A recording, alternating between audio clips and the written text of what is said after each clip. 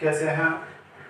पिछले वीडियो में हमने संधि और संधि की परिभाषाओं के बारे में अध्ययन किया। संधि के 3 भेद बताए थे मैंने, उनमें स्वर संधि, व्यंजन संधि और विसर्ग संधि। आज हम इस वीडियो के माध्यम से स्वर संधि के बारे में अध्ययन करेंगे।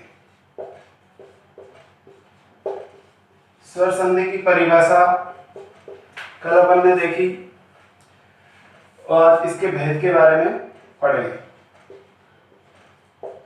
स्वर संधि 8 प्रकार की होती है। स्वर संधि कितने प्रकार की होती है? 8। उनका नाम निम्न प्रकार है। पहला है यण संधि, दूसरा गुण संधि, तीसरा वृद्धि संधि, चौथा आयादी संधि, पांचवा दीर्घ संधि, छठा पूर्व रूप संधि, सातवां पररूप संधि और 8वां भेद है इसका प्रकृति भाव संधि। स्वर संधि के 8 प्रकार बताए गए हैं। पहला कौन सा है? यण संधि, दूसरा गुण संधि, तीसरा वृद्धि संधि, चौथा आयादी, पांचवा दीर्घ, छठा पूर्व रूप, सातवां पररूप, 8वां प्रकृति भाव। अब हम इनका एक एक करके अध्ययन करेंगे। आज हम यण संधि के बारे में अध्ययन करेंगे, बाकी का धीरे धीरे सभी का करेंगे। आज हम यण संधि का अध्ययन करेंगे। देखिए यण संधि, पाणिनि जी ने इसके लिए एक सूत्र बनाया है, तो सूत्र इधर देखते हैं। सूत्र इको यणची। पाणिनि जी ने संधि के लिए एक सूत्र बनाया है, इको यणची। इको यणची का थोड़ा विस्तार से देखें तो इक, ये एक प्रत्याहार है। इसके अंदर वर्ण आते हैं ई, उ, री, ली। यह है इक। इसके के स्थान पर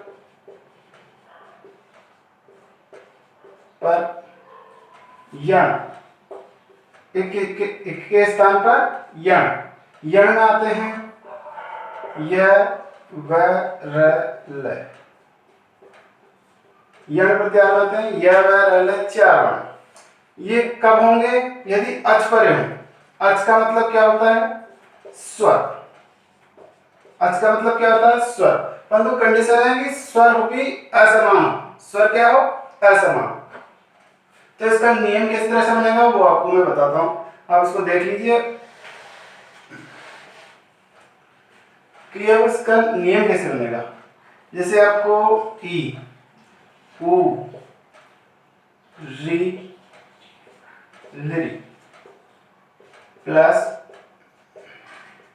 असमान स्वर, असमान स्वर, सभी में वही शर्त रहेगी, असमान स्वर। यदि ई के बाद असमान स्वर हो तो ई को यह हो जाएगा, उ को वह हो जाएगा, री को र हो जाएगा और ली को ल आदेश हो जाता है। इस तरह से ये नियम बनता है। इसको उदाहरण के रूप में हम समझते हैं। देखिए जैसे अपन ने लिखा इति प्लस आदि, आदि, ये अपना उदाहरण है। प्लस के पहले क्या है? ई।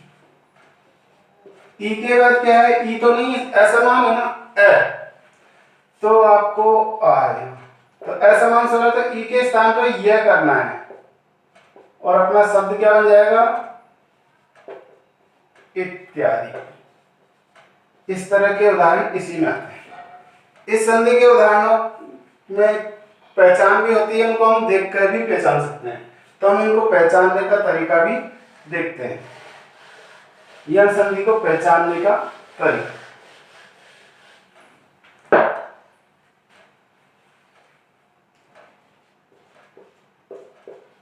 यह संधि पहचान, इसके उदाहरणों में निम्न पहचान आपको नजर आएगी।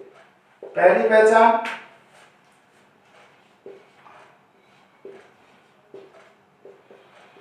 आधे अक्षर के बाद यह या वह होगा।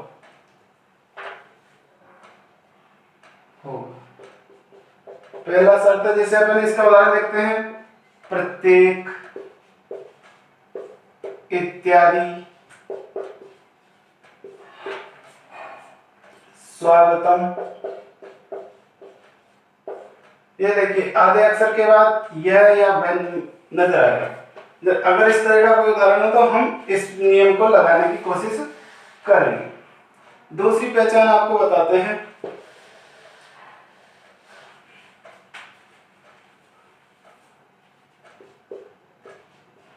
संयुक्त अक्षर।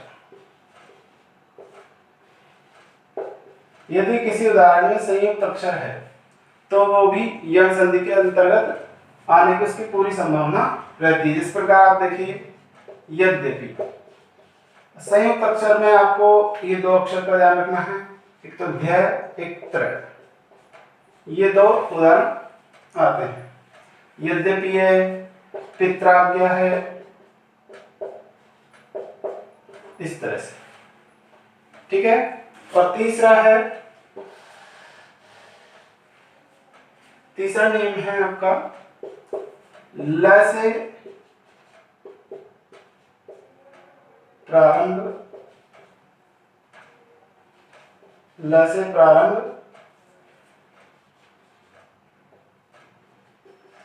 संस्कृत के शब्द,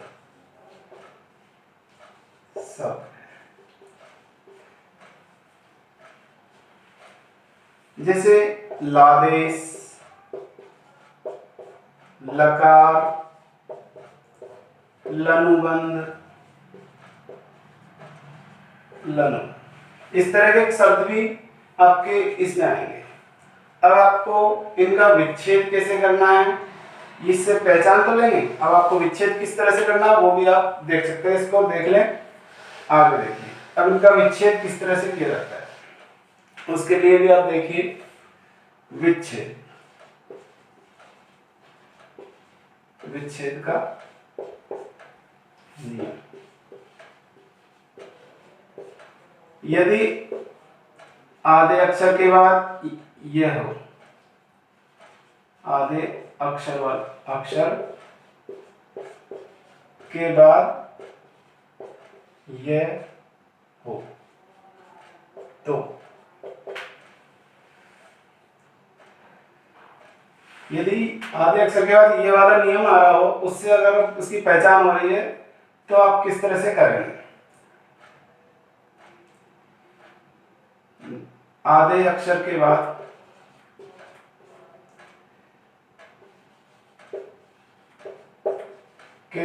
वाले यह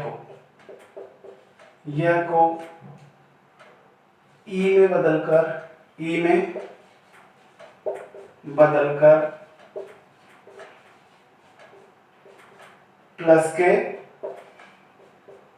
पहले लिखना है।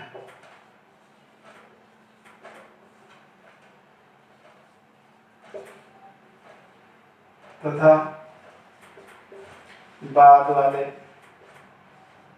वाला शब्द युग्म वैसे ही प्लस के बाद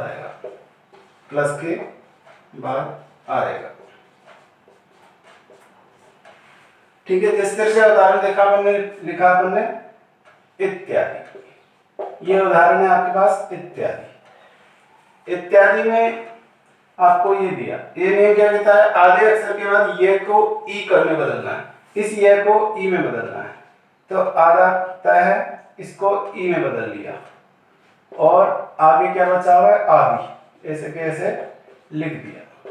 स्वर आधे अक्षर में मिल जाता है, बनेगा क्या, इति, आदि। इस तरह से आप इसका विच्छेद कर सकते हैं। इसी तरह सभी उदाहरण होंगे। अब देखिए आपको दूसरा, मैं इसी में कर देता हूं।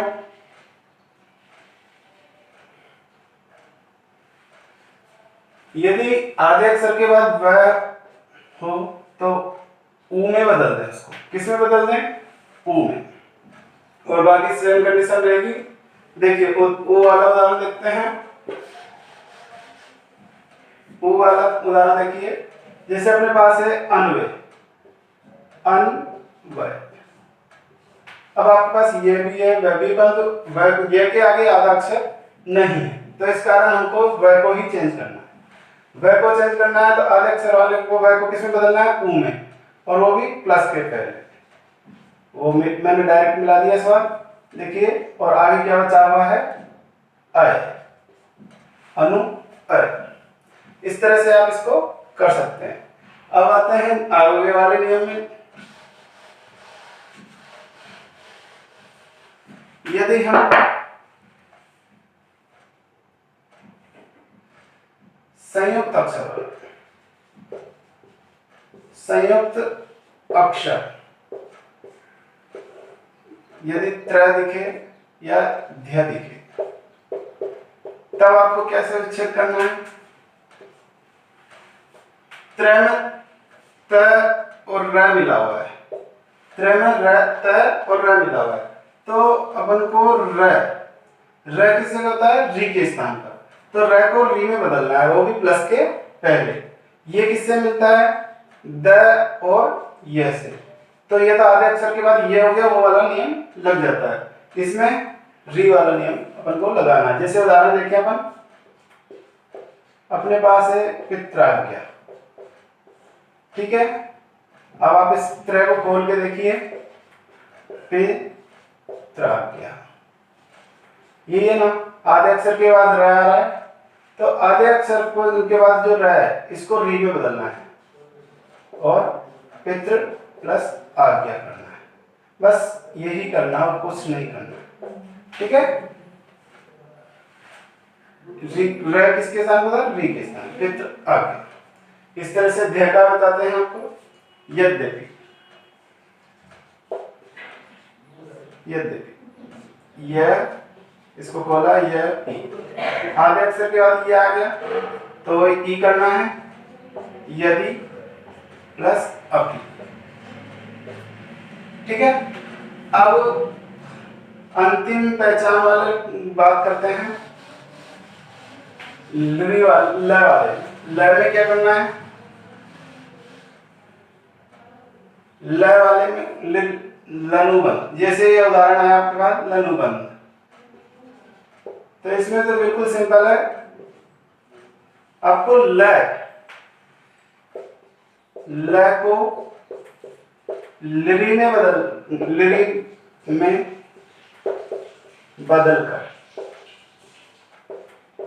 बदलकर प्लस के पहले लिखना है।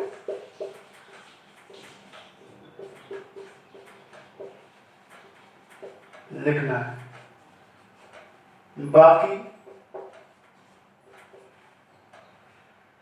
प्लस के बाद यथा वैसे ही रहेगा,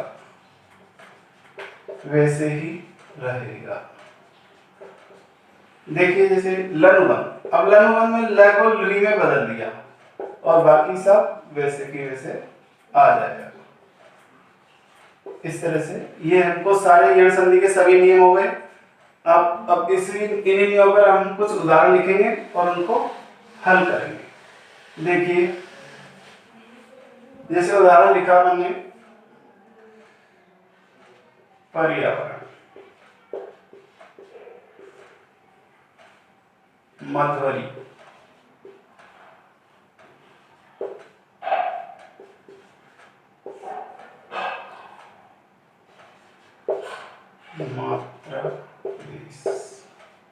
मात्रादेश लकार। ये देखिए सभी नियमों का एक एक आ गया। इसमें देखिए आधे अक्षर के बाद रह है ये, तो ये की जगह क्या आता है ई, तो क्या बन जाएगा परी प्लस आव। आप पीछे के नियम में देख के इनको हल कर सकते हैं।